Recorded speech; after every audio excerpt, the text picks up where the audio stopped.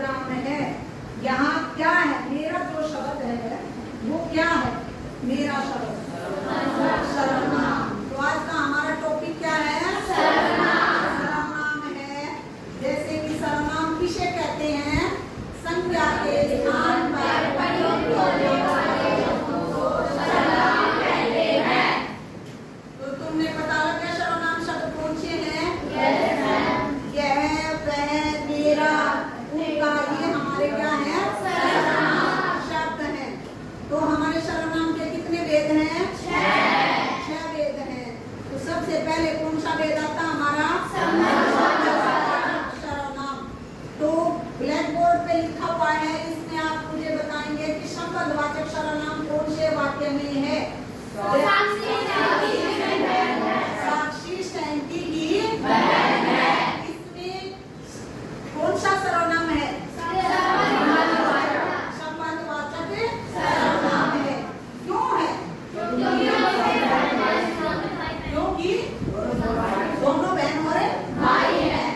ठीक है, शाबाश, अच्छे बच्चे हो गए। ठीक है, तो अब हम दूसरा हमारा कौन सा आता है, निजवाचक सर्वनाम। कौन सा आता है दूसरा सर्वनाम, निजवाचक सर्वनाम। तो ब्लैक बोर्ड में मैंने कुछ वाक्य लिखे हैं, इनसे आप देख के बताएंगे कि निजवाचक सर्वनाम कौन से वाक्य में है।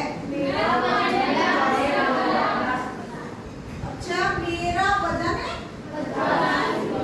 किलोग्राम है। तो इसमें क्या है, इसमें कौन सा सर्वनाम है, मेरा जो है वो सर्वनाम है। तो कौन सा सर्वनाम है, क्या नाम है इसका, मेरा का निजवाचक सर्वनाम। कौन सा है, निजवाचक सर्वनाम। निज किसके लिए प्रयोग किया जाता है, स्वयं के लिए। किसके लिए प्रयोग किया जाता है, स्वयं के लिए और अपने आप के लिए। फिर अगला देखो हमारा आता है प्रश्नवाचक। क्या आता है हमारा, प्रश्नवाचक सर्वनाम का कौन सा वाक्य है, मुझे बताइए। क्या आपने खाना खाया। शाबाश। तो इसमें कौन सा शब्द है जो प्रश्न का बोध करा रहा है हमें, क्या। शाबाश, कौन सा है, क्या। तो मैंने इसको क्या को अंडरलाइन कर दिया। तो क्या जो है वो हमारा क्या है, प्रश्नवाचक सर्वनाम है।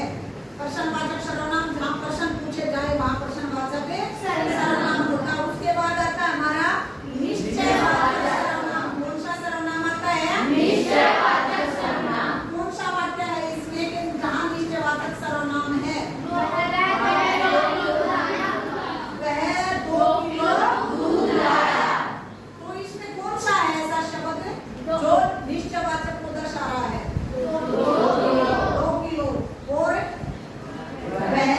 वैसे हमें पता लगा कि ये जो है 2 किलो से हमें पता लगा कि ये जो है निश्चयवाचक सर्वनाम है। जब कोई वस्तु निश्चित कर दी जाए, बिल्कुल उसका माप को पूरा कर दिया जाए, वह निश्चयवाचक सर्वनाम है। शाबाश। उसके बाद आता है हमारा एक अनिश्चयवाचक सर्वनाम। इसका उल्टा हो जाता है निश्चयवाचक सर्वनाम। ऐसा कौन सा वाक्य यहाँ लिखा हुआ जो अनिश्चयवाचक सर्वनाम का बोध कर रहा है, उसके कुछ सेब हैं। अब हमें तो नहीं पता ना उसके किसके पास है और कितनी है, तोल तो नहीं रखी, उसमें तोलने वाली बात तो है नहीं। तो क्या है, अनिश्चयवाचक सर्वनाम है। फिर अगला हमारा कौन सा आता है, पुरुषवाचक सर्वनाम। तो ऐसा कौन सा शब्द है, वाक्य यहाँ लिखा हुआ है जिससे आपको ये पता लगे कि ये पुरुषवाचक सर्वनाम है। कौन सा है, मैं तुम्हारे लिए पुस्तक लाया। यहाँ तीसरे पर्सन की बात होती है तो वहाँ हमारा क्या होता है, पुरुषवाचक सर्वनाम। इसमें मैं और तुम्हारे लिए उत्तम पुरुष की बातें हो रही हैं, तो ये हमारा क्या है, पुरुषवाचक सर्वनाम। आप सभी बच्चों को मुझे आशा है कि समझ में